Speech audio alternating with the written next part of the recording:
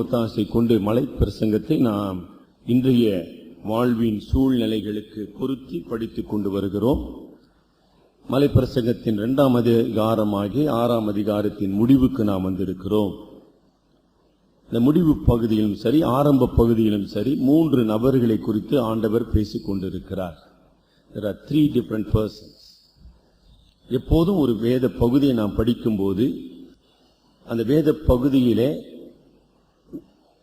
அங்கு அதை வாசிப்பவர்கள் யார் அல்லது கேட்பவர்கள் யார், அவர்களுக்கும் இன்றைக்கு படிக்கிற எனக்கும் என்ன சம்பந்தம், அவர்களுடைய சூழ்நிலை என்ன, இன்றைய சூழ்நிலை என்ன, அவர்களுடைய தேவை என்ன, இன்றைக்கு என்னுடைய தேவை என்ன, இவைகளை சிந்தித்து கடவுளுடைய வசனத்தை நம்முடைய வாழ்க்கையின் ஜீவ மன்னாவாக நாம் ஏற்றுக்கொள்ளவில்லை என்றால், தமிழ் பதம் தெரியல, ஆங்கிலத்தில் to appropriate the word of God as a living force in my life, என் வாழ்வின் ஆதாரமாக ஆற்றலாக கடவுளுடைய ஜீவ வார்த்தையை நான் உட்கொள்ளாவிட்டால் வேஸ்டுங்க. நீங்க 10 அதிகாரம் படிச்சாலும் பிரயோஜனம் கிடையாது, 3 மணி நேரம் பிரசங்கம் கேட்டாலும் பிரயோஜனம் கிடையாது.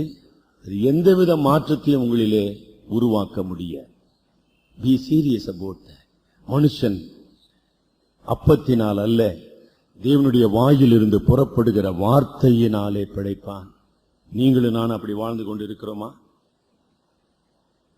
இந்த உலகம் சொல்லுது கடவுள் இல்லை, கடவுள் இல்லவே இல்லை, கடவுளை நம்பி பயனில்லை, என்னுடைய வேதனையிலே கடவுள் எங்கே என்று கேட்கிற கிட்டத்தட்ட 60,000 பேர் பாகிஸ்தான்ல இருக்கிறாங்க. இந்த உலகத்துல கடவுள் இருக்கிறார், அவருடைய வார்த்தையினாலே நான் வாழ்ந்து கொண்டிருக்கிறேன் என்பதற்கு உங்கள் வாழ்க்கை சாட்சியா, சான்றுகளா? அதாங்க வித்தியாசம். என்ன நான் விசுவாசின்னு சொல்றதுல என்ன சொல்லி கொண்டு இருக்கிற இந்த உலகத்துக்கு? பத்திரிகையை பார்த்தேன், அதுல சண்டே கிரானிக்கல்னு ஸ்பெஷல் அட்டாச்மெண்ட் கொடுப்பான். அதனுடைய இன்னைக்கு topic year of the fear. இந்த ஆண்டு அழிவின் ஆண்டாகவும் பயத்தை கொடுக்கிற ஆண்டாகவும் இருக்கிறது. ரொம்ப நல்ல ஆர்டிக்கல், இன்னும் படிச்சு முடிக்கல, கட்டாயமா நான் படிப்பேன். அது நாம அறிந்து கொள்ள வேண்டிய ஒரு உண்மை. 2 பகுதி மக்களை அவன் பேட்டி கண்டு அந்த பேட்டிகளை அவன் தொகுத்திருக்கிறான். முதல் பகுதி மக்கள் அறிவாளிகள் இல்லைங்களா? நீங்க சொல்ற அறிவு உலகம், மனிதன் அறிவாற்றலினாலே பல காரியத்தை அறிய முடியும், அடக்க முடியும், தன்னுடைய ஆற்றலினாலே பல காரியத்தை தடுக்க முடியும்னு. எவனால பூமி எதிர்த்து தடுக்க முடியும்? ஆகவே விஞ்ஞானிகள், அறிவாளிகள், அறிவியல் நிபுணர்கள் சொல்றாங்க, ஏன் இப்படி நடக்குதுன்னு we cannot scientifically explain. அதோட நம்ம நிறுத்திக்கலாம், அவங்கள பத்தி இப்ப நம்ம பேச வரல. We cannot explain things out. Why this happens? We don't know. இவ்வளவுதாங்க அறிவுக்கு எல்லை. சரி, அது ஒரு பக்கம். அடுத்த பக்கம் இந்த அஸ்ட்ராலஜிஸ்ட் சொல்றோம் பாருங்க, யாருங்க இந்த ராசி பலன்லாம் பார்த்துன்னு அதுக்கெல்லாம் விளக்கம் கொடுத்துருக்கிறானுங்க. அவனுங்க சொல்றானுங்க, எங்களுக்கும் ஒன்றும் புரியலங்க, ஏன் இப்படி நடக்குதுன்னு. பயமுறுத்துகிற ஒரு உலகம். அதாவது கவலைப்படாம இருக்கணும்னு நம்ம எவ்வளவு முயற்சி செய்யறோமோ அவ்வளவுக்கு அதிகமா கவலைப்பட வைக்கிற ஒரு உலகம். ஒவ்வொரு நாளும் ஜெபம் பண்ணிட்டு, காலையில பைபிள்லாம் படிச்சுட்டு, பைபிள் படிக்காம கேலண்டர் வாக்குத்தத்தெல்லாம் படிச்சுட்டு, இன்னைக்கு கவலையா படக்கூடாதியா, என்ன வந்தாலும் சரி அப்படின்னு நம்ம போனோம்னு வச்சுங்க, பஸ் ஸ்டாண்ட்லயே கவலை ஆரம்பிச்சிருச்சுங்க. ஏன்னா பஸ் வரல. ஐயோ, இன்னைக்கு என்ன பர்மிஷன் போடுறதா, அப்படியே லீவா, என்னத்த சொல்றதுன்னு தெரியல, பொய்யா சொல்றதா, உண்மையா சொல்றதா. The moment we start facing the life, worry starts with us. What a tragedy. இல்ல, கொஞ்ச நேரம் யோசனை பண்ண, நான் கவலைப்படக்கூடாது சாமி, நீர் என்னோடு கூட இருக்கிறீர், நான் உம்முடைய பிள்ளை, நான் இன்றைக்கு உண்மை சார்ந்து வாழ போறேன், இவ்வளோ உறுதியா போனா ஃபர்ஸ்ட் பால்லே டக் அவுட் மாதிரி அம்போன்னு நின்னுக்குறங்க. அப்புறம் என்னங்க, நீங்க வேற சார், நீங்க மேடையில பேசுறதுக்கு தான் சார் இதெல்லாம் உதவும், இது என்ன சார் நடக்குது, நீங்க பாட்டுக்கு சொல்லின்னு போக வேண்டித்தான் அப்படின்னு இங்க சில மதிப்புக்குரிய பெருமக்கள்லாம் அமர்ந்து பார்த்து கொண்டு இருக்கிறாங்க, வேடிக்கையாளர்களாக, spectators. Yes, maybe good philosophy, but it is not good for me. ஒரு அருமையான தத்துவத்தை சொல்றீங்கயா, ஆனா அது என் வாழ்க்கைக்கு பொருந்தாதுங்க, என்னுடைய நடைமுறைக்கு உதவாதுங்க. ஏதோ நாங்க உட்கார்ந்துட்டோம், கேட்டுட்டோம், அவ்வளவுதான். அதுக்கு பேரு பிரசங்கமா? அதுக்கு பேரு தேவனை தியானிப்பதா? இப்படிப்பட்ட உயிரற்ற ஒரு தத்துவமாக கடவுளுடைய வார்த்தை உங்களுக்கு எனக்கு இருக்குதா? 19ஆம் சங்கீதத்தில் சங்கீதக்காரன் சொல்றான், அது ஆத்துமாவை உயிர்ப்பிக்கிறதும் கண்களை தெளிவிக்கிறதும் தேனிலும் தேன் கூட்டில் இருந்து ஒழுகும் தெளி தேனிலும் மதுரமுள்ளதா இருக்கிறதே அப்படின்னு அப்படியே உருகி சொல்றானம்மா சங்கீதக்காரன். ஏன் அது என்னுடைய அனுபவமா இல்ல? கடவுளுடைய வார்த்தை என் வாழ்க்கையில என்ன வல்லமையை வெளிப்படுத்தி கொண்டு இருக்குது. The inherent power of the word of God should radiate hope, joy, peace, love, and tremendous power to overcome the evil of this world. அப்படி ஏதாச்சும் உங்க வாழ்க்கையில் இருக்குதுங்களா? கடவுளுடைய வார்த்தையினாலே நான் வாழ வேண்டும், என்னுடைய பலத்தினால் அல்ல. வாழ முடியாது என்பதை நான் இவ்வளவு வருஷம் கத்துக்கினேன். I have learned the very great costly lesson of I cannot live by myself. என்னாலே, என் ஆற்றலினாலே, என் திறமையினாலே, என் அனுபவத்தினாலே முடியாது என்பதை பல முறை ஆண்டவர் எனக்கு சொல்லிக் கொடுத்துட்டார். நான் திருப்பி அந்த தவறை செய்யவே கூடாது. இப்ப நான் செய்ய வேண்டியதெல்லாம் கடவுளுடைய வார்த்தையினாலே வாழ வேண்டும், வாழ்ந்து காண்பிக்க வேண்டும். அதுதான் சவால்.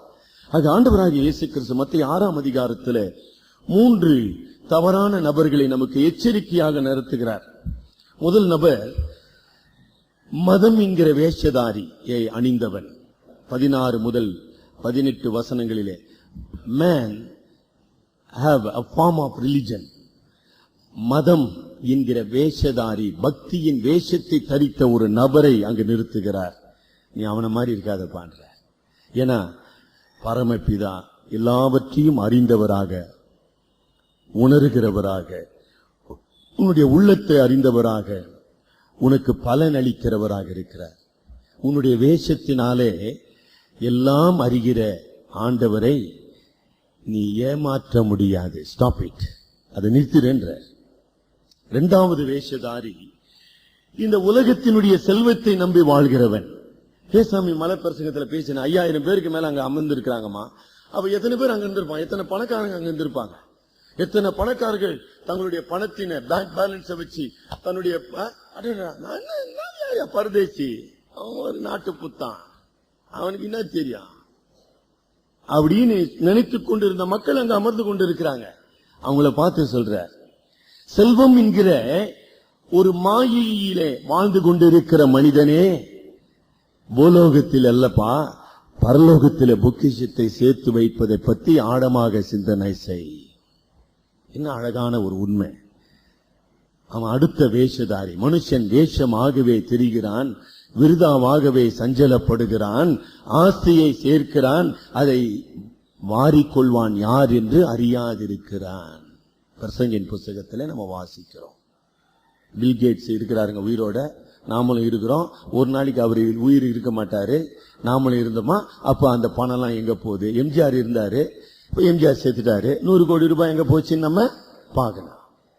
மனுஷன் வேஷமாகவே திரிகிறான். அது இப்படிப்பட்ட மனிதன். 2வது மனிதன் இந்த உலகத்துக்காக காசேதான் கடவுளடா என்று வாழ்ந்து கொண்டிருக்கிற ஒரு மனிதன். 3வது மனிதன் நம்ம வாசித்த 24 முதல் 34 முடிய இருக்கிற கவலைப்படுகிற, தன்னை கடவுளுடைய பிள்ளை என்றும் கடவுள் என்னுடைய தகப்பன் என்றும் உரிமை பாராட்டுகிற ஒரு வேஷதாரியாகிய விசுவாசி. அகைன் முதல் மனிதன் மதம் என்கிற வேஷதாரி. 2வது மனிதன் பணம் என்கிற பொய்யான பாதுகாப்பை கொண்டிருக்கிற, பொய்யான பெருமையை கொண்டிருக்கிற ஒரு மனிதன். ஒன்றுமில்லாத போயிடுவான். அவங்களெல்லாம் கொண்டு போய் நம்ம என்ன பண்ணுங்க, டூருக்கு வச்சு இந்த குஜராத் பாகிஸ்தான்லாம் இப்ப அப்படியே குமிக்கிச்ச அங்க போய் காமிக்கணும். இங்க எங்கேயாச்சும் உதவுமாப்பா உன் பணம், நீ பணம்னு பேசி நிக்கிறியப்பா, இங்க கொஞ்சம் பாரு, உதவுமா பணம் ஏதாச்சும் உதவுமா அப்படின்னு கொஞ்சம் கேட்கணும். Riches can give you a false security, never a lasting security. அவன் ஒரு வேஷதாரி. அவன் வாழ்க்கையின் மெய்மைகளை, அதாவது கடவுள் இருக்கிறார், கடவுள் செயல்படுகிறார், கடவுள் எனக்கு ஏன் இந்த ஆசீர்வாதத்தை தந்திருக்கிறார், இல்லாதவர்களோடு பகிர்ந்து கொள்வதற்காக எனக்கு இந்த செல்வத்தை தந்திருக்கிறார் என்கிற உண்மையை, சத்தியத்தை ஏற்க மறுக்கிற ஒரு வேஷதாரி. ஏன்னா அந்த செல்வம் எனக்கு உதவ போறதில்லை, காதருந்த ஊசியும் காத வழிக்கு உதவாது என்கிற உண்மையை மறுக்கிற ஒரு முட்டாள். லூக்கா 12ஆம் அதிகாரம் 20ஆம் வசனத்தின் அடிப்படையிலே, மதி கேடனே நீ சேர்த்து இந்த இரவு உன் ஆத்துமா உன்னிடத்திலிருந்து எடுத்துக் கொள்ளப்படும், நீ சேர்த்து வைத்தவைகள் யாருடையதாக. அந்த கேள்விக்கு அவனுக்கு பதில் தெரியாது. ஆனாதான் அவன் மூட. ஏன் மூட ஆண்டவர் சொல்ல தெரியுங்களா? நீ சேர்த்து வைத்தவர்கள் யாருக்கு போய் சேர உனக்கு தெரியாதுப்பா, அதனால்தான்ப்பா மூட. நீ உனக்காக சேர்க்கிறன்னு நினைக்கிற, அது உன்னையும் வந்து சேர்க்க போறது கிடையாது. அது யாருக்கு போய் சேர்க்க போறதும் உனக்கு தெரியாது. அப்ப நீ மூடம் தானே. ஒரு பெரிய ஆற்றுல வெள்ளம் வந்துருச்சுங்க. ஒரு சின்ன ஒரு உங்களுடைய கற்பனைக்கு கொண்டு வருகிறேன். திடீர்னு வெள்ளம் வந்துருச்சு. வெள்ளம் வந்து கொஞ்சம் பேர் செத்து நிற்கிறாங்க, அதெல்லாம் அடிச்சுன்னு போறாங்க ஆத்துல. உங்களுக்கு ஒரு நல்ல மரம் கிடைச்சிச்சு. You got hold of a good tree, a plank of wood. ஒரு நல்ல மரம் கிடைச்சிருச்சு. தப்சம் பாருப்பா, அவன் பைத்தியக்காரன், அவனுக்கு நீச்சல் அடிக்க தெரியல, அடிச்சுன்னு போறான். அவன் முட்டாள், அவன் ஒரு கிழமை, அவனால நீச்சல் அடிக்க முடியுமா? முடியாம நான் பாரு இப்படியே போறப்பா, நான் சூப்பரா போறேன், நான் தப்பிச்சுக்கிறேன். அப்படிதான் நம்ம நினைக்கிறோம். பணம், சொத்து, பதவி, சுகம் என்கிற உடைந்து போன கட்டையில பயணம் செய்து கொண்டு நம்ம ஏமாற்றிக் கொள்ளுகின்ற ஒரு உலகம். ஏன்னா அந்த ஆறு இன்னும் கொஞ்ச நேரத்துல நீர்வீழ்ச்சியா மாறப்போகுது. அந்த ஆறுங்க என்னவா மாறப்போகுது? நீர்வீழ்ச்சி. இப்படி போய் ஆறு என்ன பண்ணும்? அப்ப மரக்கட்டை உதவுமா? சகோதரன் உதவுமாப்பா? அந்த ஆண்டவர் பார்த்து நிற்கிறேன். நீ அவனை பார்த்து சிச்சு நிற்கிறியப்பா, நான் உன்னை பார்த்து சிச்சு நிற்கிறேன். ஐயோ ராஜா, நீர்வீழ்ச்சி வந்துப்பா, இருக்கிற இடம் தெரியாத போற. இமேஜின், அவன் ஒரு வேஷதாரி. மூன்றாவது நபர், நான் ஏற்கனவே சொல்லிட்டேன். மூன்றாவது நபர் யாரு? ஆண்டவர் கவலைப்படாதிருங்கள் யாரு பார்த்து பேசிக் கொண்டிருக்கிறார்? ஒரு அவிசுவாசியின் இடத்தில் அல்ல. அவனுக்கு அது புரியவே புரியாது. அவிசுவாசிக்கு கவலைப்படாதிருங்கள் அது அர்த்தமற்ற ஒரு வார்த்தைங்க. ஆனா தம்முடைய பிள்ளைகளை பார்த்து அவர் பேசிக் கொண்டிருக்கிறார். யார் அவர்கள்? நாங்கள் கடவுளை அறிந்திருக்கிறோம். யார் அந்த கடவுள்? சர்வ வல்லமையுள்ள தேவன். 147ஆம் சங்கீதத்திலே வாசித்த வண்ணமாக, நட்சத்திரங்களை பேரிட்டு அழைக்கிறவர், காற்றுகளை வீச செய்கிறவர், பனியை பொழிய செய்கின்றவர், அறுவடையை பெருகச் செய்கின்றவர், அற்புதமான ஒரு தேவன். ஆனா ஏன்பா கவலையாகிற? ஐயோ அது ஏன் சார் கேக்குறீங்க? இவன் ஒரு வேஷதாரி. பெத்த பேரு தாகத்துக்கு நீலு லேதுன்னு. பெத்த பேர், ஐயோ எங்க கடவுளா, ஐயோ வல்லமையில இருக்கு. அப்புறம் என்ன போட்டு உட்காந்துங்க? அது ஏன் சார் கேட்கிறேன்? லாட்டரி சீட்டுக்காக உட்காந்துக்கிறேன் சார், தற்பான்னு. லாட்டரி சீட்டு கடை திறக்கணும் உட்காந்துக்கிறேன். லாட்டரி சீட்டை நம்பி கொண்டு இருக்கிற விசுவாசிகளாக வாழ்ந்து கொண்டு இருக்கிறோம். 3 பேரும் வேஷதாரிகள் தான். நீங்க எந்த வேஷத்துல இருக்கிறீங்கன்றத கொஞ்ச நேரம் யோசனை பண்ணுங்க. கடவுளுடைய வார்த்தை உங்களை வாழ்விக்கிறதா என்ற யோசனை பண்ணு. 19ஆம் வசனத்திலிருந்து ஆரம்பிக்கிறோம். 2 மனிதர்களை, ஏன் ஒரு மனிதன் இந்த பணத்துக்கும் இந்த உலகத்தினுடைய செல்வத்துக்கும் அவன் அடிமையாக மாறுகிறான்? He lost sight of a created God and God the provider who cares for his children. 19 முதல் 24 வசனங்களிலே இந்த செல்வத்தை தன் லட்சியமாகவும் தன் ஆதாரமாகவும் அதை அடைவதே தன்னுடைய நோக்கமாகவும் அதுவே தன்னுடைய வாழ்வாகவும் அதுவே தன்னை திருப்தி செய்வதாகவும் நம்பிக்கொண்டிருக்கிற மனிதனுக்கு கடவுள் இல்லை. ஆனாதான் காசே தான் கடவுளடான். He cannot see God. He never knew God as a creator and the provider and the sustainer of this world. இந்த அண்ட சராசரங்களை ஆண்டு நடத்துகிறவர் அவர் என்பதை அறியாத ஒரு நிர்மூடன். இந்த உலகத்துல அவன் ஒரு பச்சிலம் குழந்தையாக ஒரு நயா பைசா இல்லாம இந்த உலகத்துல பிறந்தான்றத அவன் மறந்துட்டான். பணத்தோட நம்ம ஒண்ணும் பிறக்கலைங்க. பணக்கார குடும்பத்துல பிறக்கணும்னு சொல்றோம், அதுவும் ஒரு மாயை. யாரும் நிர்வாணியாய் இந்த உலகத்துல வந்தேன்னு யோபு ஞானி சொல்லுகிறான்.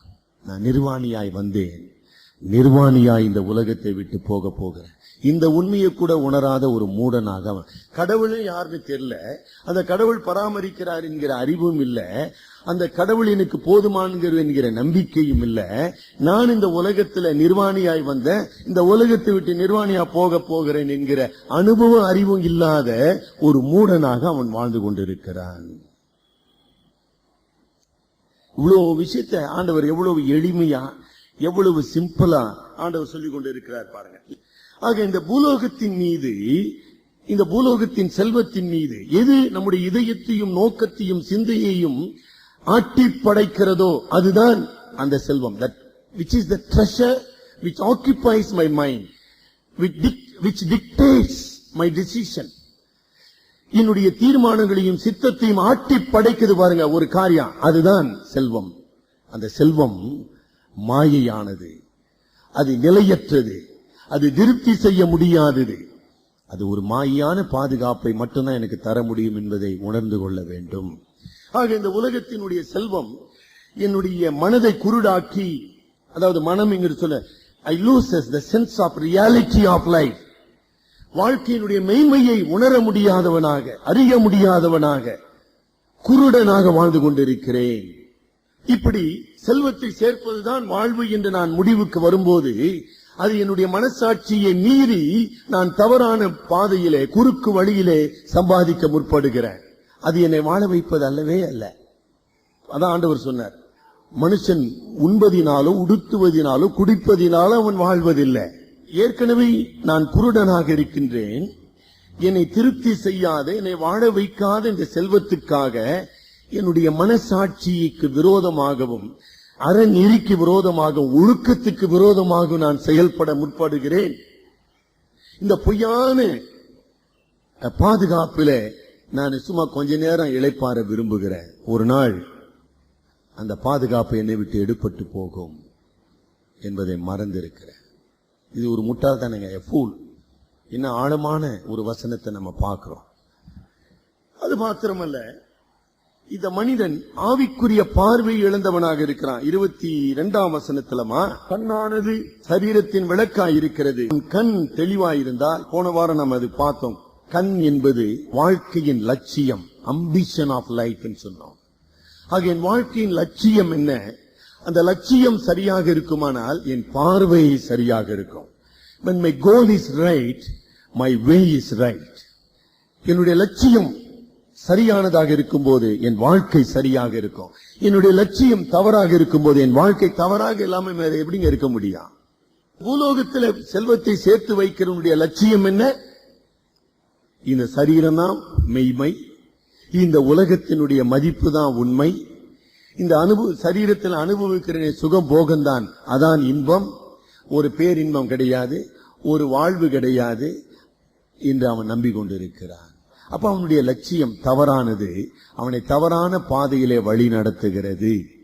1 தீமோத்தேயு 6ஆம் அதிகாரம் 10ஆம் வசனம், எல்லா தீமைக்கும் வேறாயிருக்கிறது, சிலர் அதை இச்சித்து விசுவாசத்தை விட்டு வழுவி அநேக வேதனைகளினாலே தங்களை உருவ குத்தி கொள்ளுகிறார்கள். பெங்களூர்ல ஒருவருடைய மனைவியை ஒருத்தன் கொலை செய்து மாட்டினா கேஸ் வந்துச்சு, கவனிச்சிங்களா? அது பேர் மறந்துட்டேன். பெங்களூர்ல ஒரு பெரிய கோடீஸ்வரனுடைய மனைவியை ஒருத்தன் கடத்தி அவளை திருமணம் செய்வதாக செய்து அவளுடைய சொத்துக்களை அபகரிப்பதற்காக அவளை கொலை செய்து 10 ஆண்டுகள் கழித்து ட்ரேஸ் பண்ணி இப்ப முடிச்சானுங்க, கேஸை முடிச்சானுங்க. பண ஆசை எல்லா தீமைக்கும் வேறாயிருக்கிறது. நம்ம கவனமா இருக்கணுமா? ஆண்டவருடைய பிள்ளைகளுக்கு தாங்க இந்த சத்தியம். அவர்களுக்கு தான் ஆண்டவர் தமது இரக்கத்தினாலே இந்த உண்மையை போதித்துக் கொண்டிருக்கிறார். சில காரியத்தில் உண்மையை சொல்லணும். ஏன்னா இங்க பராக்கா ரோடு சொல்றீங்களே, பராக்கான் ரோடு ஒன்று இருக்குது இல்லைங்களா? அதுக்கு எப்படி பராக்கான்னு பேர் வச்சு தெரியுங்களா உங்களுக்கு? இப்போ நீங்க 30 வருஷத்துக்குள்ள வந்து உங்களுக்கு அந்த பேர் தெரியறதுக்கு வாய்ப்பே கிடையாதுங்க. நான் இங்க 55 வருஷமாகிறேன். பராக்கா என்பது ஒரு விடுதியின் பெயர். நல்லா ஞாபகம் வச்சுக்கொள்ளுங்க. இன்னைக்கு தேவேந்திரா பிளாட்ஸ், இன்னொரு பிளாட்ஸ் எல்லாம் பார்த்து நிக்கிறீங்க பாருங்க. அதாவது நம்ம சிபிஎம் சபைக்கு அடுத்தபடியா இல்லையா காம்பவுண்டு, அதெல்லாம் பராக்கா என்பது மெத்தடிஸ்ட் திருச்சபையினுடைய அநாத பிள்ளைகளுடைய விடுதி. அதான் பராக்கா. இந்த பராக்கா கல்லை நீங்க யாரும் பார்த்துக்க மாட்டீங்க. நான் அங்கதான் விளையாடினவன். கொற்காலி காய் இதெல்லாம் அடிச்சு விளையாடின பையங்க நான். அந்த பராக்கா பங்களாவை சென்ட் கிறிஸ்டோபர்ஸ் ட்ரைனிங் காலேஜ் இருக்கு இல்லைங்களா, அதனுடைய பிரின்சிபலா இருந்த ஒரு அம்மா ஜேம்ஸ் ஒரு ஐயா இருந்தாரு. அந்த ஐயாவுடைய 2 அல்லது 3 மகள்கள், 2 மகள்கள் ஸ்பின்ஸ்டர். அவங்களுக்கு பேரு மிஸ் ஜேம்ஸ் பேரு. ஒரு மகன் வந்து இங்கிலாந்துல செட்டில் ஆயிட்டாங்க. இதெல்லாம் வரலாற்று உண்மை. இந்த மிஸ் ஜேம்ஸ் இங்க தான் இருந்தாங்க. அப்புறம் அதுக்கு பேரு ஜேம்ஸ் பங்களான்னு பேரு. அந்த அம்மாவுக்கு வாரிசு கிடையாது, அந்த அம்மாவுக்கு ஒன்னும் கிடையாது. நல்லா கவனிங்க. சொத்து சொத்து பாதுகாக்கணும் பாதுகாக்கணும். கடைசியில் என்ன நடந்து தெரியுங்களா? அந்த அம்மா கழுத்துல துணியை வச்சு இறுக்கி போடுறி கையெழுத்துன்னு ஒருத்தன் இன்னும் இருக்கிறான். கையெழுத்து வாங்கி அந்த அம்மாவுடைய சொத்து சூறையாடப்பட்டது. அது சூறையானவன் ஒரு போலீஸ் அதிகாரி. அவன் மேல சிபிஐ கேஸ் நடந்துனுக்குது. அதை விசாரிச்ச ஆளும் எனக்கு தெரியும், அந்த அதிகாரியும் எனக்கு தெரியும். Retired superintendent of police David Manohar. அவரு இன்னும் இருக்கிறார் ஆதம்பாக்கத்தில். எங்க போச்சுங்க அந்த சொத்து? சொத்து சொத்து சொத்து சொத்து அந்தமா செத்தே போயிடுச்சு. ஒரு அனாதை பிணமாக தூக்கி எறியப்பட்டது. போதுங்களா? பராக்கா மறந்துடாதீங்க. Never forget Farakka. சொத்துக்கள் அல்ல வாழ்க்கை, சொத்துக்கள் அல்ல நிஜம். இது மாதிரி 100 உதாரணம் சொல்லலாங்க. 1 2ங்களா? கருமையானவர்களே, வாழ்க்கை நித்தியமானது. Life as an eternal dimension. அதை பார்க்க முடியாதவன் கண் சொருகி போன குருடன். அவன் தான் 22ஆம். உன் கண் கெட்டதாயிருந்தால் உன் வாழ்க்கை, உன் சரீரம் முழுவதும் கெட்டதாக இருக்கும். அவ்விருள் எவ்வளவு அதிகமாயிருக்கும். ஆக எனக்கு அருமையானவர்களே, பூலோகத்திலே பணத்தை சேர்த்து வைக்கிறவன், பல உண்மைகளை அவன் மறுதலிக்கிறவனாக, ஒரு மடையனாக, ஒரு முட்டாளாக வாழ்ந்து கொண்டிருக்கிறான் என்று வாழ்க்கையை தந்த சிருஷ்டி கர்த்தா சொல்லி நிற்கிறார்மா, நான் சொல்லுங்க. The very God who is the creator of the world and the humans says he is a fool. நானா சொல்றேன், நான் இல்லைங்க, கடவுள் சொல்றேன். ஆக ஏன் நான் அப்படி மாறி போகிறேன்? வாழ்க்கை என்பது நித்தியமானது. வாழ்க்கை என்பது கடவுளால் அருளப்பட்டது. வாழ்க்கை என்பது கடவுளால் வாழ்வது. வாழ்க்கை என்பது கடவுளுக்காக வாழ்வது. Living by him, living for him என்பதை மறந்து போன ஒரு கண்கெட்ட குருடனாக இந்த 2வது வேஷதாரி இருக்கிறான் என்பதை நம்ம பார்க்கிறோம். ஆனால் பரலோகத்தை தன்னுடைய லட்சியமாக கொண்டிருக்கிறவன், அதை நம்ம பார்த்துட்டு 3வது மனிதனுக்கு வரலாம். பரலோக வாழ்வின் மீது, மகிமையின் மீது தன்னுடைய கண்ணை பதிய வைத்தனுடைய வாழ்க்கை எப்படிமா இருக்கும்?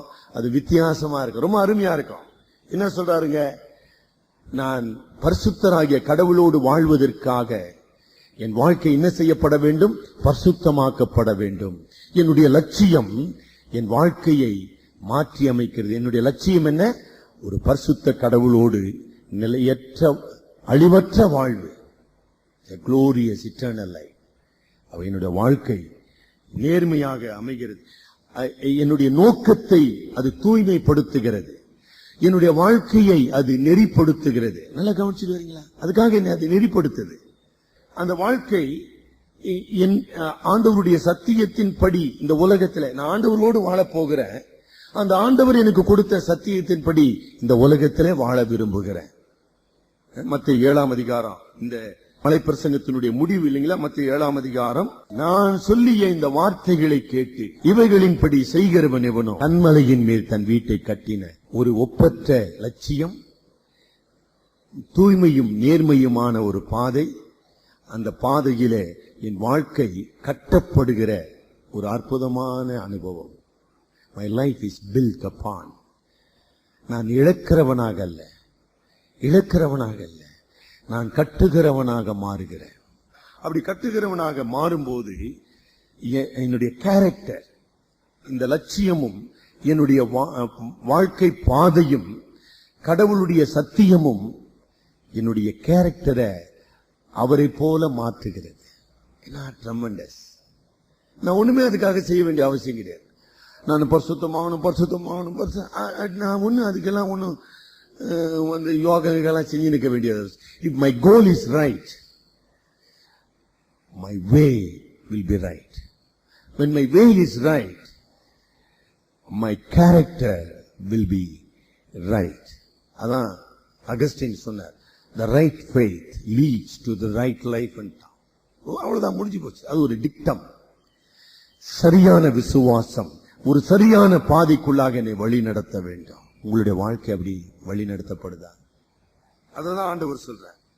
பரலோக செல்வத்தின் மீது தன் கண்ணை பதைத்தவன் வாடாததும் அடியாததும் மாசற்றதுமான சுதந்திரத்தை பெறுவதற்காக 1 பேதுரு 1ஆம் அதிகாரம் 4ஆம் வசனத்தின் அடிப்படையில் நான் இந்த உலகத்துக்குரியவைகளை எல்லாவற்றையும் நான் இழந்துவிட்டு என்னுடைய வாழ்க்கையை நெறிப்படுத்துகிறவனாக, தூய்மைப்படுகிறவனாக, அவருடைய பண்பை வெளிப்படுத்துகிறவனாக, இல்லையே என்கிற புலம்பலுக்கு பதிலாக எனக்கு இது இல்லையே, நான் அப்படி இல்லையே, எனக்கு அது கிடைக்கலையே, இந்த இல்லையே என்கிற புலம்பலுக்கு பதிலாக ஆண்டவரே நான் இன்னும் என்னிலே எதை மற்றவர்களுக்கு தந்து நான் நிறைவுள்ளவனாக மாற முடியும்.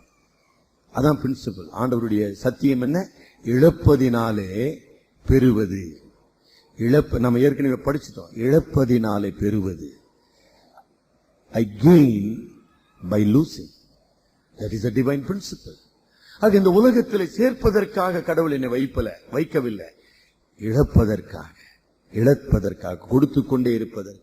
ஏன்னா கடவுள் கொடுத்து கொண்டே இருக்கிறார். அவருடைய பண்பு எனக்குள்ளே வருது. கடவுள் தீயோர் மீதும் நல்லோர் மீதும் அன்பினாலே பொழிந்து கொண்டே இருக்கிறார். நானும் பொழிந்து கொண்டே இருக்கிறேன். கடவுள் மன்னித்துக் கொண்டே இருக்கிறார். நானும் மன்னித்துக் கொண்டே இருக்கிறேன். என்ன அற்புதமான ஒரு உண்மை. 3வது மனிதன் இப்படிப்பட்ட பரலோக சிந்தை உடையவனாக, பரலோக வாழ்வுக்காக தன்னை அர்ப்பணித்துக் கொண்டவனாக இருக்கும்போது, உன் கண் சுத்தமாக இருக்கும்போது உன் பார்வை சரியாக இருக்கும். உன் கண் வெளிச்சமாக இருக்கும்போது உன் பார்வை சரியாக இருக்கும் என்று ஆண்டவர் சொல்லுகிறார். அடுத்த ஒரு குறிப்பை நம்ம சொல்லணுங்க. இந்த 2 பேரை பத்தி பேசுறேன் இல்லைங்களா? உலக செல்வத்துக்காக 24ஆம் வசனத்துக்கு வாங்க. 24ஆம் வசனத்துல ஒரு காரியம் இருக்குது. 24 ஒருவனை பற்றி கொண்டு அவனை அசட்டை பண்ணுவான், தேவனுக்கும் உலக பொருளுக்கும். தெளிவா சொல்லிட்டார். மேமன் ஆங்கிலத்துல டீரியலிசம் என்று நம்ம சொல்லலாம். ஒரு மனிதன் கடவுளுக்கும் இந்த உலக பொருளுக்கும் ஒரு நாள் ஊழியம் செய்ய முடியாது. It will create an unhealthy tension and anxiety in a man's life. கொஞ்ச நேரம் யோசனை பண்ணி பாருங்க. நம்ம குடும்பத்துல ஒரே பிள்ளை, சில குடும்பத்துல ஒரே பிள்ளைங்க இருக்கிறாங்க. அது பெரிய ஆசீர்வாதம் நீங்க நினைச்சுக்கிறீங்க. தகப்பன் இருக்கிறார், கணவன் இருக்கிறாரு. மனைவியை திருப்திப்படுத்துறதா, மகளை திருப்திப்படுத்துறதா? திருமண விஷயம் வந்துடுச்சுங்க. திருமணத்துல மகள் ஒரு பையனை விரும்பி திருமணம் செய்ய விரும்புறா, தாய் ஒத்துக்கவே மாட்டேன்றாங்க. இப்ப யாரை பிரியப்படுத்துறதுங்க? அது மாதிரி குடும்பத்தை நான் சந்திச்சிருக்கிறேன், அவங்களுக்கு ஆலோசனை சொல்லி இருக்கிறேன், அதனால பேசின்னு இருக்கிறேன். டென்ஷன். மகளும் வேணும், மகளையும் இழக்க முடியாது. மனைவி இழந்துட முடியுமா? மனைவியும் இழக்க முடியாது. ஆக ஒரு மனிதன் 2 எஜமான்களுக்கு ஊழியம் செய்யக்கூடாது. 2 எஜமானி நாட் ஆன் பார் ஆங்கிலத்தில் சொல்றோம். சார், என்ன உலக பொருளும் கடவுளும் சமமா? சமம் கிடையாது. ஐயோ, கடவுள் சிருஷ்டிகர்த்தா, கடவுள் அன்பின் சொருபி, கடவுள் பரோபகாரி. நல்லா கவனிச்சிக்கலாம். God a great benefactor. ஆனா இந்த உலக பொருள் என்ன? என்னை அடிமைப்படுத்துகின்ற ஒரு கொடூர முதலாளி. ஒரு கொடூர முதலாளி. பணம், பண பேய் என்று நாம் சொல்லுகின்றோம். அந்த பணம் என்னை திருப்திப்படுத்தாது, அந்த பணம் என்னை வாழ வைக்காது. ஆமா, புரியுதுங்களா? பணத்துக்காக என்னை சித்திரவதை செய்கின்ற ஒரு முதலாளி. ரெண்டு பேரும் ஒண்ணா? எப்படி நம்ம ரெண்டு பேருக்கும் ஊழியம் செய்ய முடியும் அப்படின்றார் கடவுள். அற்புதமான இந்த பணம் என்கிற பேய் என்னை சித்திரவதை செய்து, என்னை வருத்தி, என்னை பயமுறுத்தி, என்னை பகைக்க செய்து கடவுளோடு உள்ள உறவை பிரிக்கிறது. உண்மையுள்ள, அன்புள்ள, கரிசனையுள்ள, தேவையை சந்திக்கிற கடவுளை மறுதலிக்க செய்கிறது. அது ஒரு பக்கம்.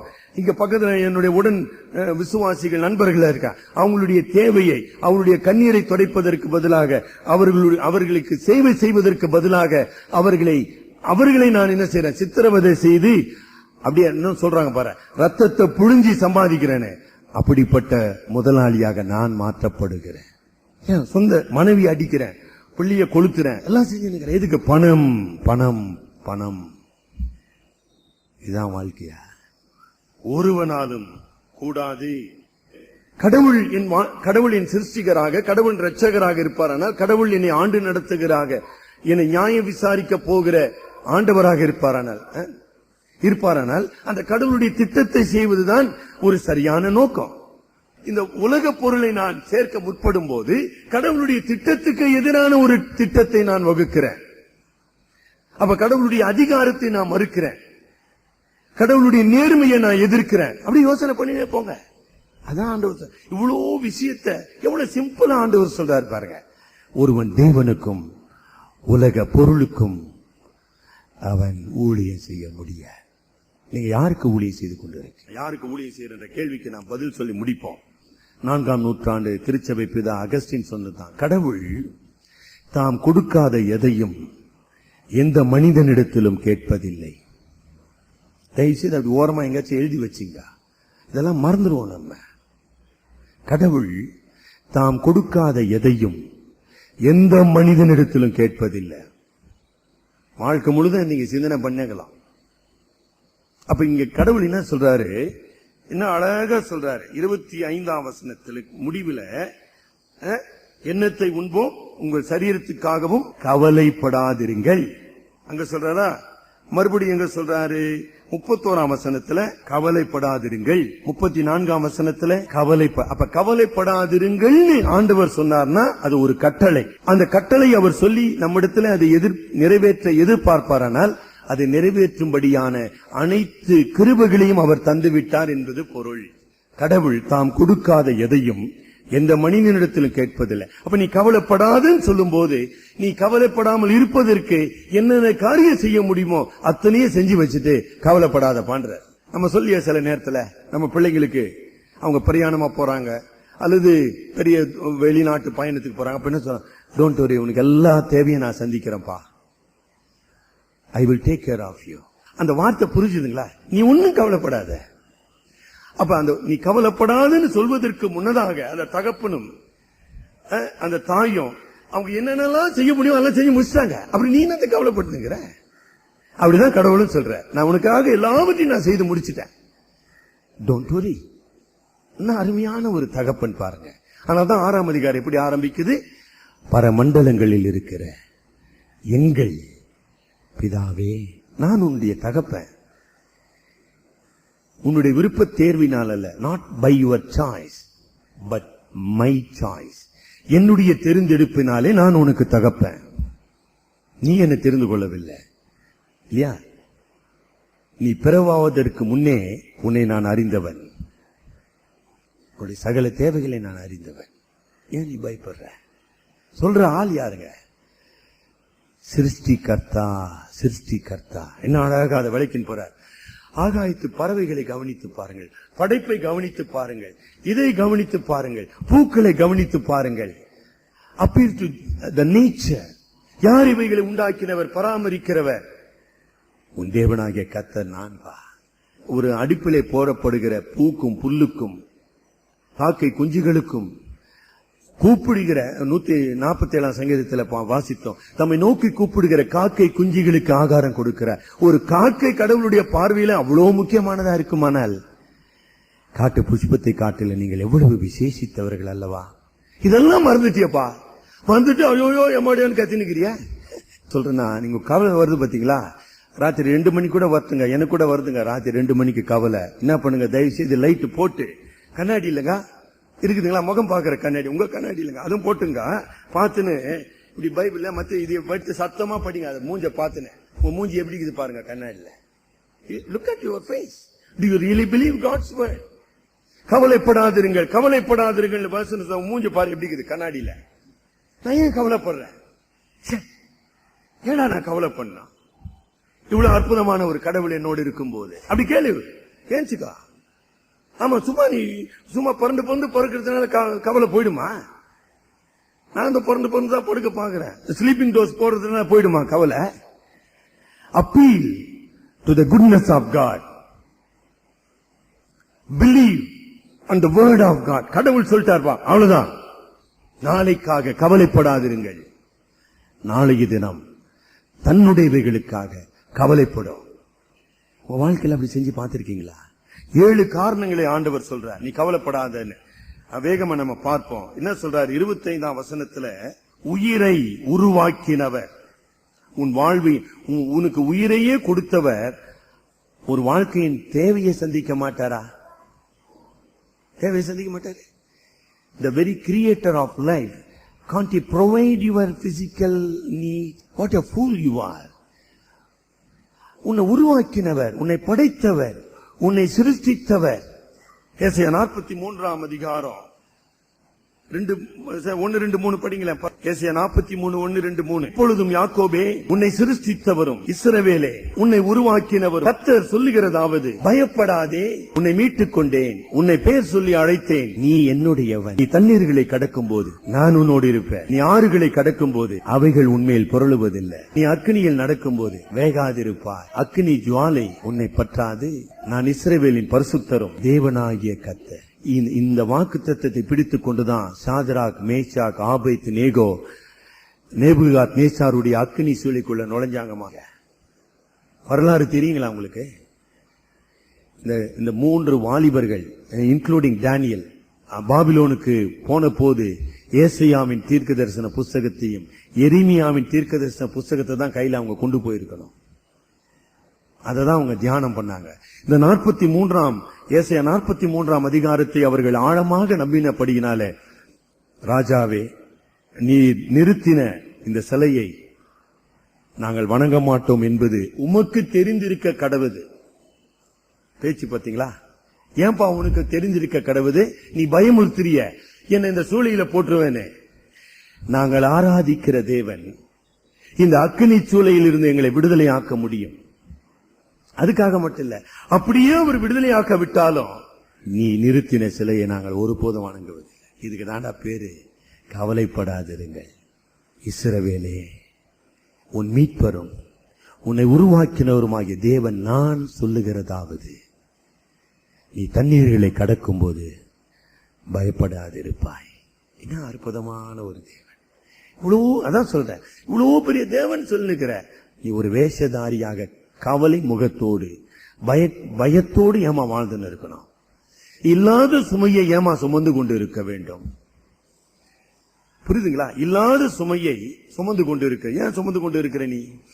சரி, அப்ப உருவாக்கினவர் உன் தேவையை சந்திக்கிற, நீ கவலைப்பட வேண்டிய அவசியம். 26ஆம் வசனத்துல, 6ஆம் வசனம், அதாவது அந்த முடிவுக்கு நீங்க வந்தீங்கன்னா, இந்த பறவைகளுக்கு விதைக்கிறதும் இல்லை, அறுக்கிறது இல்லை, அதுக்கு களஞ்சிகள் இல்லை. ஆகவே நாளைய தினத்தை குறித்து கவலைப்படுவதனாலே இன்றைய கடமையை, பணியை செய்ய நீ தவறுவாய். நீ நாளைய தினத்தை குறித்து கவலைப்பட்டு கொண்டே இருப்பாயானால் இன்றைக்கு செய்ய வேண்டிய வேலையை செய்யாமல் இருப்பாய். அது உன்னை தடுத்து போடும். So never allow the worry to stop you from working today. இன்றைக்கு செய்ய வேண்டிய வேலைகளை, கடமைகளை செய்ய நீ தவறாதே. அதை நீ செய்யும் போது நீ நாளைய தினத்தை குறித்து கவலைப்பட வேண்டியதில்லை. இன்னும் அழகான ஒரு படிப்பினை ஆண்டவர் சொல்லித் தருகிறார். நாளைய பற்றிய கவலை இன்றைய பணியை தடுப்பதாகவும் என்னை பாதிப்பதாக இருக்கிறபடியினாலே நான் கவலைப்படவே கூடாது.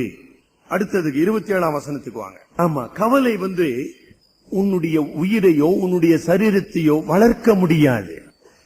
It cannot help you to grow, rather it is harmful and it is destructive.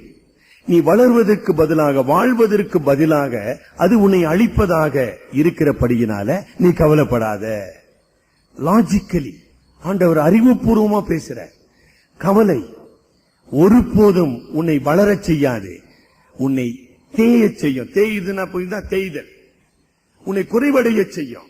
ஆக எதுக்கு கவலைப்படுற அப்படின்ற. சரிங்களா? 4வது 28 முதல் 30 வசனங்களிலே சொல்றாரு. 28 முதல் 30 வசனங்களிலே இந்த காட்டு புஷ்பத்தை விட, வாகாய்த்து பறவைகளை விட நீங்களும் நானும் விசேஷமானவர்கள். அவர் நம்மை ஒருபோதும் அசட்டை செய்கிறது இல்ல. God the Father never ignores us nor rejects us. எபிரேயர் 13ஆம் அதிகாரம் 5-6 வசனம் படிங்க. நீங்கள் பண ஆசை இல்லாதவர்களாய் நடந்து உங்களுக்கு இருக்கிறவைகள் போதும் என்று எண்ணுங்கள். இப்ப கவனிங்க, யாருக்கு திருப்பியும் சொல்றாருமா? கடவுளுடைய பிள்ளைகளுக்கு. நான் உங்களை விட்டு விலகுவதும் இல்லை, உன்னை கைவிடுவதும் இல்லை என்று சொல்லி இருக்கிறாரே. அதனாலே நான் தைரியம் கொண்டு, கர்த்தர் எனக்கு சகாய, நான் பயப்படேன். மனுஷன் இப்ப கடவுள் வாக்களிக்கிறார், நான் உன்னுடைய தேவையை சந்திப்பேன், நீ ஏன் கவலைப்படுறன்ற. சில நேரத்தில் இந்த டாக்டர்ஸ் சொல்லுவாங்க, நிறைய பேருக்கு இன்னைக்கு ஆபரேஷன்னா பயம். எனக்கு கூட கொஞ்சம் பயங்க. ஆபரேஷன்னா பயம் தானுங்க. அது ஹார்ட் ஆபரேஷனா சொல்ல வேணுங்களா? ஆமா, நிறைய பேருக்கு பயம் அங்க. ஆமா, நிறைய பேருக்கு பயம். அப்ப அந்த டாக்டர் என்ன மிஞ்சி என்னப்பா நீ, நான் எத்தனையோ ஆயிரக்கணக்கான இறுதி ஆபரேஷன் செய்துவிட்டு, சார் பயமாகுது சார், நான் என்ன நினைப்பாருன்ற. யோ, நீ என்ன நம்பலையா? இல்ல சார் கொஞ்சம் பயமா. நீ நம்பலையா? இல்ல சார் கொஞ்சம் பயமா. போயா, யாரு நம்புறியா? போயா. அவ்வளவுதான் சொல்ல முடியும். நீ என்ன நம்ப வேண்டும், அப்பதான் நான் செய்ய முடியும். நீ என்ன நம்பல, பயமாகுதுன்னா தயவுசெய்து போப்பா வெளியா. Find your way. ஏன் எனக்கு உனக்கும் தொல்லை எனக்கும் தொல்லை? டாக்டர் கிட்ட பழகி இருக்கீங்களா, பேசி இருக்கீங்களா? ஒரு அளவுக்கு தான் விளக்க சொல்ல முடியும். பயமாகுது வா, நீ மென்டல் பேஷண்ட் ஆயிட்டோப்பா, நீ என்னையே மாத்திர போற, தயவுசெய்து போப்பா வெளியா. அதாவது கடவுள் அப்படி நம்மள தள்ளுறது இல்லைங்க. கடவுள் அப்படி ஒருபோதும் சொல்றது இல்ல. ஆனா நம்முடைய பயங்கள், நல்லா கவனிங்க, அதுக்கு சொல்ல அதான் இல்லீங்களா, we build up a strong screen between God and us. நம்முடைய கவலையினாலும் நம்முடைய அந்த ஆங்ஸைட்டின்னு சொல்றாங்க ஆங்கிலத்துல, படபடப்புன்னு சொல்றோம் பாத்தீங்களா, நம்முடைய பயம், நம்முடைய படபடப்பு, இவைகளினால ஒரு அன்புள்ள கடவுளுக்கும் நமக்கும் நடுவில் ஒரு மாபெரும் திரையை நாம் உருவாக்கி கொண்டிருக்கிறோம். You build up a wall between you and God by your unbelief. நான் உன் தேவன், உன் பரிகாரியாகிய கர்த்தர் நான். அப்படி என்னத்துக்கு கூச்சல் போட்டுனுக்கிற? எழுந்துருன்ற. Why you shout? நான் உன் பரிகாரியாகிய கர்த்தர், என்னால செய்யக்கூடாத காரியம் ஒன்று உண்டோ அப்படின்னு கேட்கிற. நீ என்ன பண்ணுகிற? All night prayer, half night பிரேயர்லாம் இதுக்கே ஓடி நிக்குதுங்க. எதுக்குங்க? எண்ணத்தை உண்போம், எண்ணத்தை உடுப்போம், எண்ணத்தை குடுப்போம். ஐயோ இருக்கிற ஒழுங்கா தூங்குப்பான்றாரு இந்த புண்ணி. ஐயோ அருமையான சகோதரிய, நீ ஏன் உடம்ப கெடுத்துக்கிற? நிம்மதியா தூங்குமா. தூங்கிட்டு கர்த்தருடைய வாக்கு தத்தத்தை சார்ந்து கொள், கர்த்தருடைய வலுவாத கிருபையை சார்ந்து கொள், கர்த்தருடைய போஷிக்கும் வல்லமையை சார்ந்து கொள். அவர் நல் மேய்ப்பராய் இருக்கிறார். கர்த்தர் அதான் முதல் பாட்டு பாடின 182வது பாட்டு. பாதி பேருக்கு அந்த பாட்டுக்கு இல்ல. கர்த்தர் என் மேய்ப்பராய் இருக்கிறார், நான் ஒப்பாரி வைப்பேன். அப்படி ஓரமா எழுதிங்க, மாத்திருங்க. எப்ப நீ கவலைப்பட ஆரம்பிச்சிட்டியோ நீ என்ன எழுதணும்? கர்த்தர் என் மேய்ப்பராய் இருக்கிறார், நான் ஒப்பாரி வைத்துக் கொண்டே இருப்பேன். அதுக்குதான் கண்ணாடி பார்த்து பைபிள் படிக்க. கவலை வந்துச்சுன்னா பார்த்து படிங்க. நான் கவலைப்படுறேன்னா அகத்தின் அழகு, அதுக்குதான் கண்ணாடி பார்க்க சொன்னேன். சும்மா சொல்லுங்க, நான் உன்னுடைய அகத்தின் அழகு முகத்துல தெரியணும். Radiate hope. அவர்கள் அவரை நோக்கி பார்த்து 34ஆம் சங்கீதத்தில் வாசிக்கிறோம். அவர்கள் அவரை நோக்கி பிரகாசம். அப்ப முகம் பிரகாசம் அடையணும் இல்ல? இந்த கர்த்தருடைய வசனத்தை நீ படிக்கும் போது உன்னுடைய முகம் பிரகாசம் அடைய வேண்டும். நீ ஏன் புலம்புற? ஏன் கலங்குற? ஏன் கதற? உங்களை பார்த்து கேளுங்க. 42ஆம் சங்கீதத்தின்படி 42ஆம் சங்கீதம் 10ஆம் வசனத்துல, என் ஆத்துமாவே ஏன் கலங்குகிறாய் அப்படின்னு தாவீது கேட்கிற. ஏன் கலங்குகிறாய்? ஏன் திகைக்கிறாய்? கர்த்தர் என்னோடு கூட இருக்கிறார். அப்புறம் என்ன சொல்றாரு? 31-32 வசனங்களிலே கடவுளை கவலைப்படாதிருங்கள். அஞ்ஞானிகள்னா கடவுளை அறியாதவர்கள் அர்த்தங்க. அப்ப நீ ஏன் கவலைப்படுற? You haven't understood the provision of God. கடவுளுடைய ஏற்பாட்டை, கடவுளுடைய பராமரிப்பை உன்னுடைய அறியாமையினாலே நீ பயந்து கொண்டிருக்க. lack of understanding. ஒன்று, இப்படி கடவுளை அறியாதபடியினால உனக்குள்ள சரியான விசுவாசம் இல்ல. lack of faith. the lack of understanding leads to the lack of faith. பேதுரு கடல் மேல நடக்கட்டும் ஆண்டவர் என்றார். நடப்பாரு, நடந்தான். அப்புறம் என்ன போயிட்டான்? உள்ள போயிட்டான். கடலையும் காற்றையும் அலையும் பார்த்த உடனே உள்ள போயிட்டான். lack of understanding leads to lack of faith.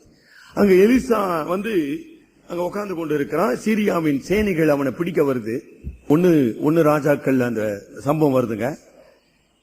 எலியா தீர்க்கதரிசிய, ஏன்னா அவன் சீரியா இஸ்ரவேல் மேல படையெடுத்து தோத்துனே போறான். எப்படா அவனுக்கு தெரிஞ்சு நான் படையெடுக்கிறதா அவனுக்கு முறியடிக்கிறான். அப்ப சொல்றாங்க, ஒரு தீர்க்கதரிசி இருக்காங்க எலிசான்னு, அவன் தாங்க சொல்லி நிக்கிறான். அவனா புடிச்சுன்னு வாங்கடா அவனன்றான். இவன் அனுப்புறான் படைய. அவன் எலிசா பாட்டு கம்முன்னு பார்த்து நிக்கிறான். வட்டும் பான்னு இவன் பக்கத்துல நம்மள மாதிரி ஒரு சிஷ்ய புள்ள இல்லைங்க, பரமாத்த குருன்றாங்கல்ல, யாரு? கேயாசி இருக்கிறாருங்க. சூப்பர் அறிவாளிங்க அவரு. கவனிச்சிங்களா நீங்க அந்த சீன்? எதுக்குடா கத்துற? பயமாகுது. என்னங்க ஓடிடலாம். எதுக்குடா ஓடணும்? வராங்க. அப்படி எப்படா பிடிப்பான் நம்மள? அவ எலிசா ஒரு சின்ன ஜெபம் பண்றார். ஆண்டவரே, இவன் கண்களை திறந்தவன என்னத்தை பார்த்தான்? எலிசாவை சுற்றி பரலோகத்தின் சேனைகள் அக்கினி மயமாக நின்று கொண்டிருந்தாங்க. So that is a living reality of life. புரிஞ்சுதுங்களா? அவனுக்கு வந்தானுங்களே, அவனுங்களா என்ன ஆயிட்டானுங்க? குருடன் ஆயிட்டானுங்க. குருடன் ஆகி இவங்கிட்டே கேக்குறான், ஐயா எலிசா இருக்கிறாருங்க, இப்படியே போயின்னு இருக்கான்றான். இப்படியே போங்கன்னா நேரா போய் அரண்மனையில போய் மாட்டிக்கினானுங்க ராஜா கிட்ட. அந்த ஸ்டோரி படிச்சிருக்கீங்களா? See, that is how God operates.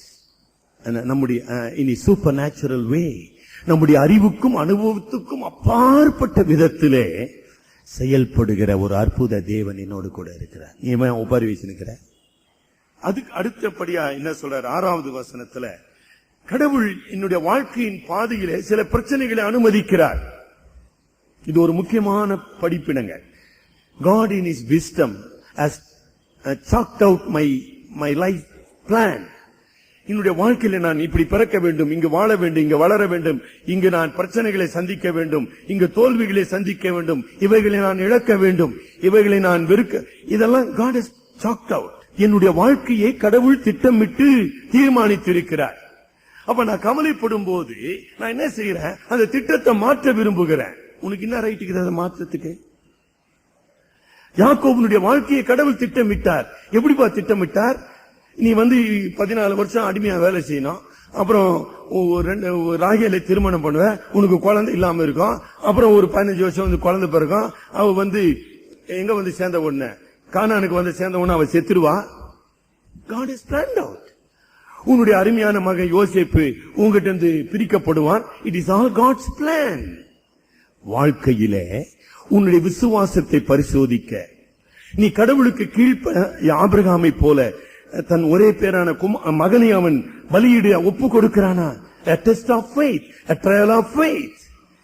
இதெல்லாம் நம்முடைய வாழ்க்கையின் நிஜம், ஆவிக்குரிய வாழ்க்கையின் உண்மை. அப்ப இந்த வாழ்க்கையின் உண்மையில செல்வம் உன்னை விட்டு அகற்றப்படும் யோபை போல, உன்னுடைய மகன் உன்னை விட்டு பலியிடப்படுவான் ஆபிரகாமை போல, உன்னுடைய பிரியமுள்ள மனைவி, உன்னுடைய பிரியமுள்ள மகன் உன்னை விட்டு தூக்கி எறியப்படுவான் யாக்கோபை போல. நீ ஒப்பாரி வைக்கிற?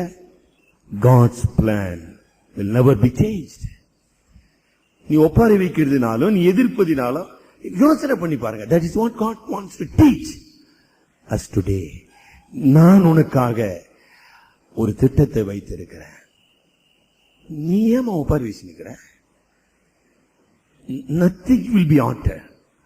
நல்லா விளங்குச்சுங்களா? கருவழியின் சர்வ ஏகாதிபத்தியம் என்று நாம் சொல்லும் போது அவருடைய ஞானம் வல்லமை மாத்திரம் இல்லமா, நம்மை குறித்து அவருடைய திட்டம் மாற்றப்படாதது. ஆனால்தான் ஸ்பர்ஜன் சொன்னார், I am immortal as long as I live in this world. இந்த உலகத்தில் நான் ஜீவனோடு இருக்கிற வரைக்கும் நான் அழிக்கப்பட முடியாதவன். காரணம், கடவுளுடைய சர்வ ஏகாதிபத்தியத்தில் நான் வாழ்ந்து கொண்டிருக்கிறேன். என்ன அற்புதமான ஒரு ஸ்டேட்மெண்ட். வாழ்க்கையில் அப்படி நீங்க சந்தித்து இருக்கிறீங்களா? ஆகவே யாக்கோபானாலும் சரி, மோசையானாலும் சரி, யாருன்னா எடுத்துங்க, யோபு எடுத்துங்க, மாற்ற முடியாது. அவ்வளவுதான் யோபு. ஒரே நாள் அத்தனை பேர் அவுட். போ. Yes, I want to prove your faith to this unbelieving world. நம்பாத உலகத்திலே கடவுள் இருக்கிறார் என்பதை வெளிப்படுத்த உன்னை நான் தெரிந்து கொண்டேன். இல்ல என்ன தப்பு? இல்ல என்ன தப்புன்றீங்க நீங்க? புரியலையே உனக்கு கடவுளுடைய திட்டம்? உன்னை ஒரு முன்மாதிரியாக நிறுத்த விரும்புகிறேன். உனக்கு செல்வத்தை நான் தான் கொடுத்தேன். அந்த செல்வத்தை எப்பொழுதும் உன்னிடத்திலிருந்து எடுக்க எனக்கு உரிமை உண்டு. நீ இந்த உலகத்தை சார்ந்தல்ல, இந்த உலகத்தில் அன்பு கூறுவதற்காக அல்ல, இந்த உலகத்தினால திருப்தி அடைவதற்காக அல்ல, இந்த பாடுள்ள வாழ்க்கையில என்னை பிரியப்படுத்த நீ வாழ வேண்டும். You live to please me.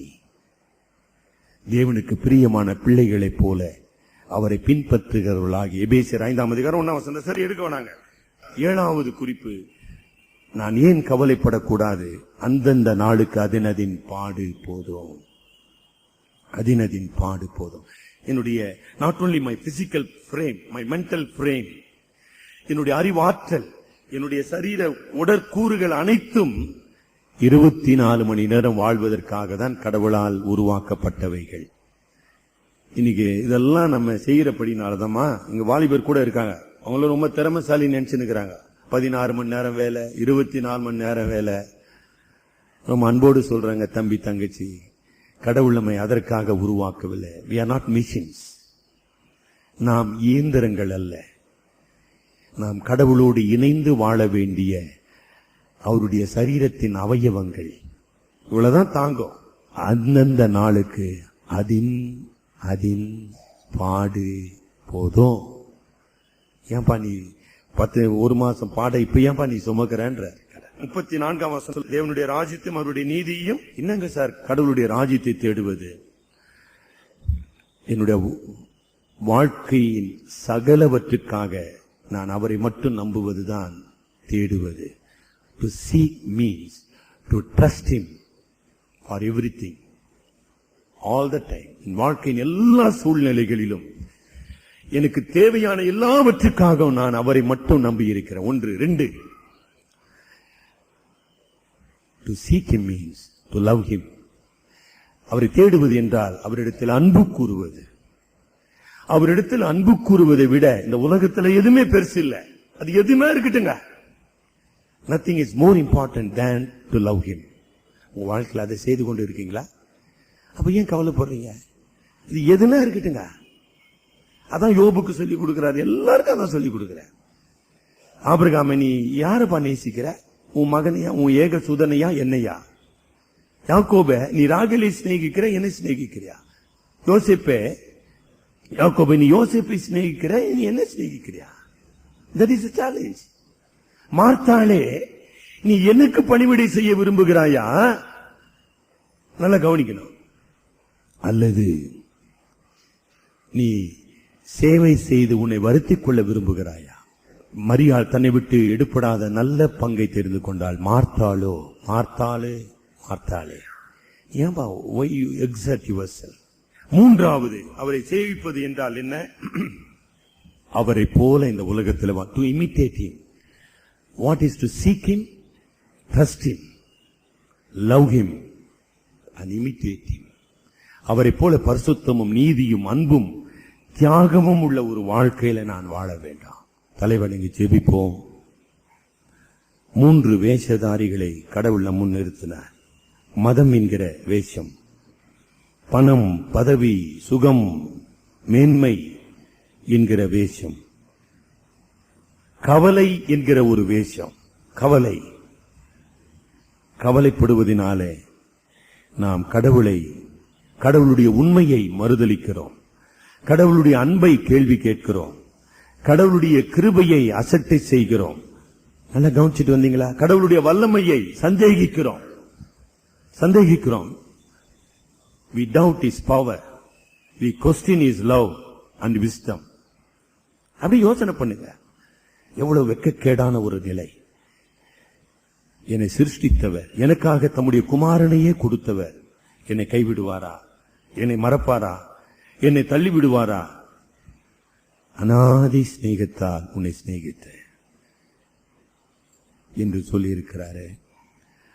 நான் உன்னை விட்டு விலகுவதும் இல்லை, உன்னை கைவிடுவதும் இல்லை என்று சொல்லி இருக்கிறாரு. கர்த்தர் எனக்கு சகாயர், மனுஷன் எனக்கு என்ன செய்வான் என்று நாம் தைரியமாக சொல்லலாமே.